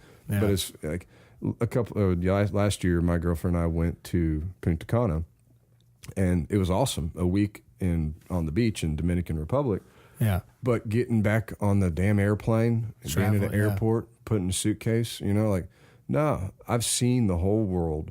I've seen I have played in every single state in the United States, including Alaska and Hawaii. Yeah. I've played in different continents and countries. I don't have that desire to travel anymore. But I do have a desire to stay at home doing something in the music industry, without a doubt. And whether it be playing guitar or whether it be on the business side too, I'm cool with that as well. Right. Because I don't anymore. I don't have to play guitar in front of a bunch of people and wow people to feel like I've succeeded. Yeah. I don't need that anymore. Well, as you But bob and weave your way through life. 18-year-old me would tell you different. You know, right. And when you're 18, it's I need to play for 10,000 people. And well, 18 is different from 24. Yes. It's different from 30. Is different. Yeah, You know. and then in your 30s now, it's like, man, my life goals are totally different. You know, For sure. One of them is pay off my rent house mortgage. You know, that's something I'd like to do. Yeah. So I get that rent income going. You know, it's like those are the things that I'm thinking about while I'm on the road. But then again, I have to reserve some space for the original creative Travis. And that's Travis without Nashville, Travis without any of this that we have around us. Yeah. What did I originally start doing and playing? And go back to that. But it gets hard to do the older we get and the busier we get. So I literally have to write that down and say. Schedule it in. Like, I'm not answering my phone. I'm not doing anything besides I got to find myself again for a little bit. Yeah. And then try to get that in red when you can. Try to get that recorded. Yeah. And people may think it sucks, but I don't care. Like, I'm still going to record it. Well, it's still art. Like, I think. Yeah, exactly. So it's many art. people confuse, and it's a blurry line, but people making a product to sell or people just making their art. Because I think somewhere there's a difference. I was thinking about this yesterday. Somewhere there's a difference between, like, making money making money from your art or making the art to make money. Yeah. Does that make sense? Oh, completely. Like, well, there's some people that would write songs and create things because that's what they do. They would do it regardless of whether they were making money from it or not. I would play guitar regardless. Yeah. Because that's what I did for free for so many damn years. Absolutely. Do I play guitar all the time when I'm not being paid? No. Anymore. Is that bad? Who are you to judge whether it is or not? You don't know how exhausted I am when I get off the road. So you don't get to tell me whether it is or not. But hell yeah, I still love playing guitar. I still sit there. Man, I am addicted to looking up guitar videos on YouTube. Yeah. And I'm taking lessons from some freaking 13-year-old Chinese kid that can play Mario. Yeah. And I'm like, well, that's cool. Figuring that out, yeah. You never stop learning. So if you're arrogant enough to say that, nah, you know, I don't really need to learn anymore and my job is the shit and I get home, I do whatever the fuck I want. Yeah. It's like, okay, you're such a douche. I can see you from a mile away. Should always be learning and growing. You can always, you never stop learning. And guitar, man, I guess I'm still going back to the fundamentals almost every week. And I spend a lot of time on the bus doing nothing. Yeah. Waiting for sound check or waiting for the show. Right. And I'm around very smart musicians. And my other guitar player in the band who plays steel and banjo and guitar, he knows a lot about chords and stuff. And so like I said earlier, this is all coming back around. When I used to skip and go right to the solos, well, that's coming to bite me in the ass 20 years later because I am not as educated as I want to be. Now, whether it's what it should be, I don't know. Yeah. But I'm not as educated as I want to be. So when someone says, play this, play that, play that, I mean, it took years ago I started doing the Nashville number system. Yeah. Getting that down is pretty damn simple. Once you can look down your head and you look at the neck of your guitar, right. It all makes sense. It's easy. Now I'm moving into the notation part. The time. We kind of went over whenever this episode comes out. I believe it'll be the episode before. Was with Will McFarlane. Okay. You know Will? I may. Will, yeah. Will, he's a Muscle Shoals session guy. He played for Bonnie Raitt for like 6 years. Okay, definitely don't know him. Yeah. We'll talk about that later. Sweet. He's badass. He's awesome. You'll enjoy the podcast with him. But we talked about the Nashville number system and where it's like each chord has a corresponding number depending on what key you're in. So yeah, and the number system is brilliant. I can't believe. You know what I wish? I wish they would teach the number system in high school music. You know, in high school music class. Just start early because you're going to find out if you get it or you don't at an early age. Because I know musicians my age that are guitar players who can't get it, and I'm like, okay, it's very structured and very. It makes sense, yeah. But what doesn't make sense to me is not just the numbers on the page; it's all the little stuff around the numbers. Like the push and the, all of your timings, all the other stuff. Yeah. That is crucial to know. it's not as crucial as the actual numbers. But if you're under the gun and you're in a session, you put the headphones on, the band's together, you've never played together once, and they say go. Well, looking at a bunch of numbers ain't going to help you. You need to know something's a half a beat there's early, something, half a beat late, exactly, the structure of the song. And I know a lot of people that are really good at that. And so for me, that's what I need to work on, and I know I need to work on that. And I try to for a little bit till I get burned out. Yeah. And then I'm back there going down the wormhole on YouTube looking at, kid fails, like kids fall over America's Funniest Videos or singing cats. People falling videos. Yeah, exactly. Drunk fights, knockouts. I don't want to see people get knocked out. I can't do the knockouts. I like watching people fall, but the knockouts just hurts me.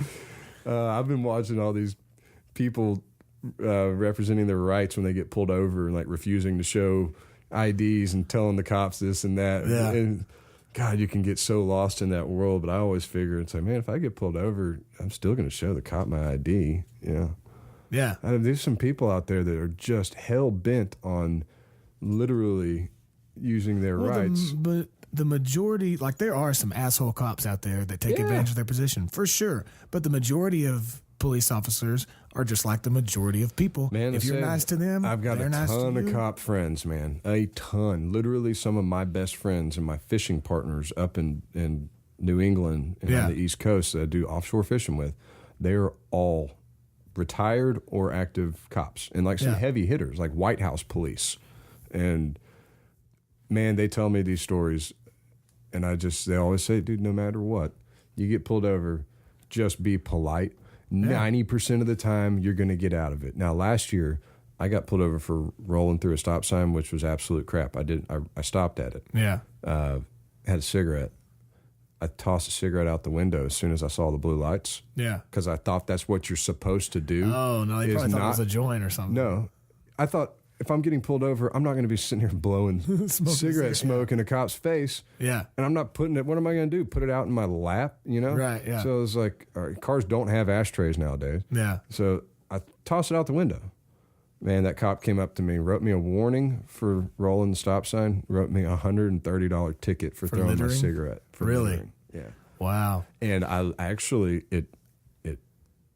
he did his job. Yeah. It made me realize. Well, it's totally littering. Well, now I have a little one of those trucker ash buckets that goes in the truck. When I used to smoke, I carried a thing around in the car too. Yeah. Because for a while I just threw them out the window, and then I started thinking, those don't go away. Exactly. Like the filters on the cigarettes. And I'm guilty as hell of it. And so is every smoker out there. Somebody wants to complain, you're full of shit. Do you have your carry permit? Yes. Okay. I've noticed since I got my carry permit 4 or 5 years ago that anytime I get pulled over, what you're supposed to do is you get the permit out and your license, and you put your hands out the window or on the steering wheel where they can see. And as soon as I've showed, almost every time I've been pulled over since get out. As soon as I show them my carry permit and they ask, if I have my weapon on me, and I say, yeah, it's under the seat. They say, all right, we'll just leave it there. And they're automatically cool because they know that you're a law-abiding citizen. You went and did your thing. And yeah, I've got my .45 in its holster right here by my right knee. It's mounted to the truck. Mm-hmm. And I literally, when you open up my wallet, my carry permit is in front of my driver's license. Yeah. So if I do get pulled over, because you're not always going to remember either. Right. And if you get pulled over and have a gun on you and don't tell that cop, you're so screwed. Oh, yeah. Yeah. So I always have my carry permit in front of it. That way, when I get pulled over, and I get nervous when I get pulled over, man. Like my hands shake. Oh, yeah, for sure. And I'm not doing anything wrong. I don't, just to clear the record, I don't smoke weed anymore. Yeah. I used to, a ton. It's okay. There's nothing wrong with that. I don't think. I quit smoking just because it was a personal, I'm going to quit. And then boom. Not every now and then maybe, but still it was like I used to be paranoid because I figured I had weed on me or something. Yeah, you never know. Yeah. And not drinking and driving. So I get pulled over, got nothing on me except for, a few clips of .45 ammo and a gun. Right. And I'm still just like, just go ahead and take me to jail. I'm like, sure you didn't do anything. Yeah. I don't want to struggle. Just take me in. Yeah, I remember the first time I got pulled over right after I got my carry permit. I had my pistol, I think it was actually out in the seat because I was going to the range or something. Anyway, I got pulled over and Showed him my permit, and he said, "Do you have your weapon on you?" I said, "Yeah, it's right here." And I started to read like a dumbass. Man. I started to read for it. He's like, "Well, don't leave it there." Move. Yeah, yeah. I was like, "Oh, yes, sorry, sir." What's you got any upcoming shows? Where y'all playing? You said you were leaving out tonight. I mean, upcoming shows, man. Our calendar's full every week. Yeah. We got some time off in the summer. Lee's having another baby, a little baby girl. Oh, cool. Is it LeeBrice.com? They can go find the tour dates there. Yeah, you go to Lee's website. You can see all that stuff. Yeah. I have a little app on my phone that just the band and crew has, and it tells me where to be, when to be. And it's got my whole year calendar up there. Let's see. This will come out probably the 23rd. No, 30th. So, I guess I don't know what you got coming up? Yeah. Oh, this comes out 30th. Well, funny thing is, June, like the first half of June, we ain't doing nothing because of Lee's baby. Gotcha. We've got one show with Kenny Chesney in Myrtle Beach, and then the rest of the month is, man, it's summer season. Yeah. So we're doing anything from county fairs to theaters to festivals, all over the place. You'd have to go to the website to find that out. Well, I can just check that. Check the website, LeeBrice.com. I mean, we don't necessarily need to advertise for Lee. I think he's got some people to do that kind of shit for him. Right. You should have a TravisBettis.com. Yeah, well, I'm just such a slacker when it comes to social media. I just got Instagram last year. It seems like you're doing pretty all right by yourself. So I just don't. I'm not a social media guy. You know what I'd like to do, man, and I'm dead serious about it because I'm so addicted to podcasts and talk radio. Mm-hmm. This right here would be I would be very comfortable with. I thought the same thing. Yeah. And then like 3 months ago, I was like, screw it. I'll just do it. Man, I wanted to years ago, before there was like the digital podcast. I wanted to do, I was going to call myself Captain Nashville, and I was going to do a pirate radio show called Captain Nashville. And not ever, this spilled the beans now, but not ever identify who I am. Yeah. And, well, you said Lee has a studio in his just talk, bus. You could just but my whole point of it was to just rat out people. Oh yeah, just total fun. Talk shit about it. Yeah. Hey, I'm just going to tell you. I'm going to tell the Wheeler. Jaco and you see Wheeler Walker Jr.'s got one now. Oh yeah, podcast. Yeah, I just saw that. That's what I wanted to do. This is back, and I guess I was more jaded and pissed off. Now I just kind of broke. I don't care. Whatever. People do whatever the hell you want. My whole goal is just don't bring me down. I heard somebody on some podcast recently talking about once you get to your 30s, it gets so much better when you just stop giving a shit about things as much as you did when you were in your 20s. Yes. Yeah, about other people's what things. Other people are doing. Once you realize that if it's not affecting you before you go to bed at night, and if it's not affecting your bank account or your family, your health, man, you can go be a wank off. I don't care. Right. Like, just don't make me guilty by association, and don't get me shot, and don't steal me. Don't steal from me. Other than that, I really did used to stress out about a whole lot of other stuff, and that's a normal thing. I mean, that's just called growing the hell life. Up. Yeah, absolutely. Well, this has been long, but it's been awesome. It's been a good talk. Has it been an hour and 40? An hour and 41 minutes. I literally could go another 2 hours. It's great. No problem. I could keep talking, except I'm about to piss in my I've been sitting here, 2 cups of black tea. I've had 2 cups of coffee. I'm sitting here. It's America. It has been great. Yes, it's been awesome. Travis, invite me back, man. I want to come do this as much as possible. Absolutely. I'd love to have you back. Yeah, and we got to get Town over here. For sure. I was going to mention that. Yeah. Man, they would love to do this. We're going to sit down and pick some guitar that we'll put in. We'll put in the background. But thanks for talking, man. I appreciate it. All right, brother.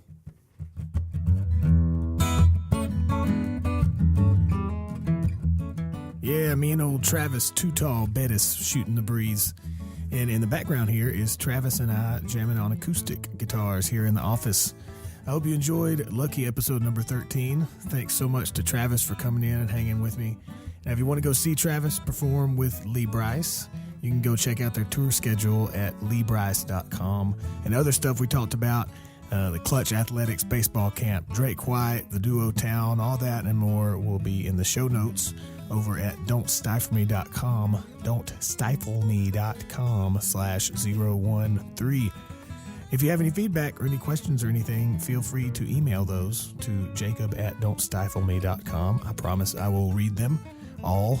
And you can follow the podcast social medias at DSM Podcast on Instagram and Twitter. Mine are all at Jacob Stiefel. And my music and merchandise tour dates all up at jacobstiefel.com.